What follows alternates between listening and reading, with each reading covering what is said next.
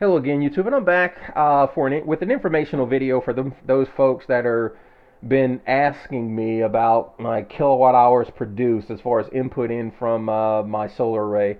And I kind of put some data on the screen for you. I just simply took the values coming from both my charge controllers and added them together and put a value on the screen.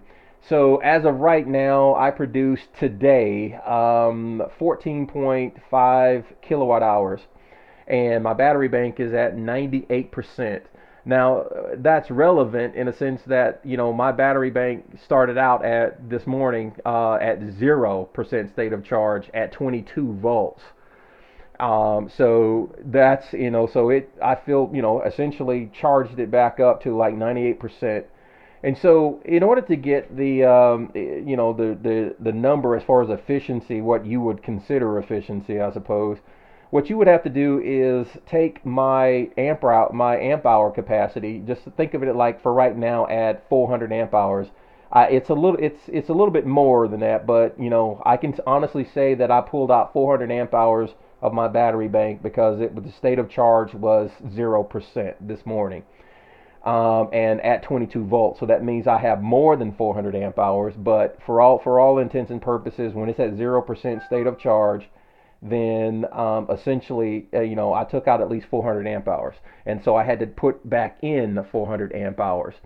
So you can say right now, you can say 400 times 27.55, and that will give you my the amount of kilowatt hours into my bank, because 27.55 is my float voltage.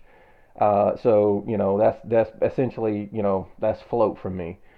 Or you can say 26 volts times 400, and that would kind of give you the kilowatt hours of my particular bank within the range of it. And then you would take that number and divide it by 14,053, and you divide that and you'll get a percentage. It'll be something around 75, close to 80%. Now the thing about it is, that's not really a realistic number of what my system is capable of, because you see this number right here, this is the system voltage. During a charging cycle, when my system voltage reaches 32 volts, which is my absorbed voltage, the amperage, I could be pulling like 80, 90, 100 amps, okay? However, once it reaches 32 volts, this is going to decrease because I have reached my absorb voltage. And there is no reason for, the system, for the charge controllers to send as much power as possible to bring the system up to voltage, because at that point it's at voltage, and now it goes through an absorb cycle. So when this gets to 32 and this goes down, okay, to whatever it will be, it could be like 60 or 70 amps or something like that. Obviously, the charging power will also go down, and also the amp hour, or the kilowatt hours produced, okay, will be affected. So that's what I'm saying. So that's why I really didn't think this number was relevant to me. It's relevant to some other folks, I suppose, but it's not really relevant to me, because during normal operation, I can go off grid during the charging cycle, and I can keep my voltage as high as I want. I won't say as high as I want, but I mean, not the voltage, but the charging amp pretty high, because I can keep it to where my system voltage will stay away from the absorbed voltage, and so therefore the charging amperage will stay high. Now, I did this for folks that kept asking, hey, what is your kilowatt hours produced and stuff like that.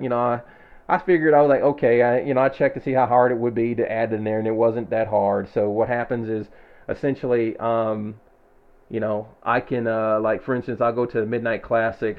Midnight Classic will actually, give me the kilowatt hours produced as part of, the data that's inside. So that's fine. I got that.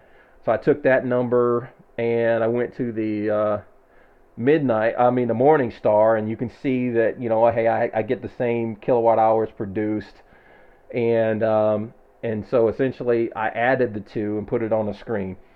So that's the total kilowatt hours produced.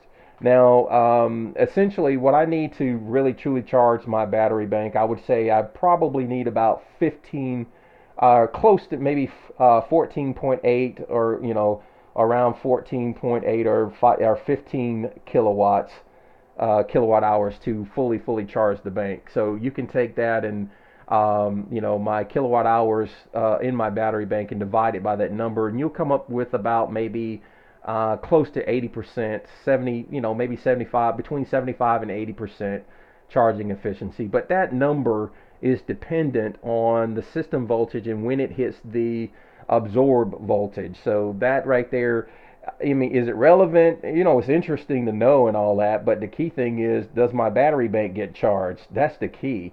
But for you folks that are curious, about, and this number here, that's not a standard number because it's not a baseline number because the day was kind of, it was like partly cloudy, and there were some other factors. So, I mean, I can probably produce just over maybe 15 or close to 16 kilowatts on a really, really good day. But that right there is fine because, hey, I'm up at 98% state of charge, so that's fine for what I need to do, and especially when I came from a 0% state of charge. So, and to answer the question, does it take more power to charge, nickel iron batteries or nickel cadmium batteries? Of course. Okay. Does it take more power to charge regular batteries? Yes. Okay. And so, I mean, to have these type of batteries, nickel cadmium and so forth, look, folks, you got to have a nice size solar array. Okay, you got to have a decent size solar array. I mean, you can't put a couple of panels on the roof and charge a bank of nickel iron or nickel cadmium batteries. It'll charge eventually, but you have to have a large, you have to have a decent size array or solar installation. I have 3.4 kilowatts of solar, and they're all southern facing with no shading. So, I mean, it's no problem, no big deal for me. Um, but anyway, again, for them folks that are interested, this is my kilowatt hours produced from all sources, from both charge controllers. All right, take care, YouTube.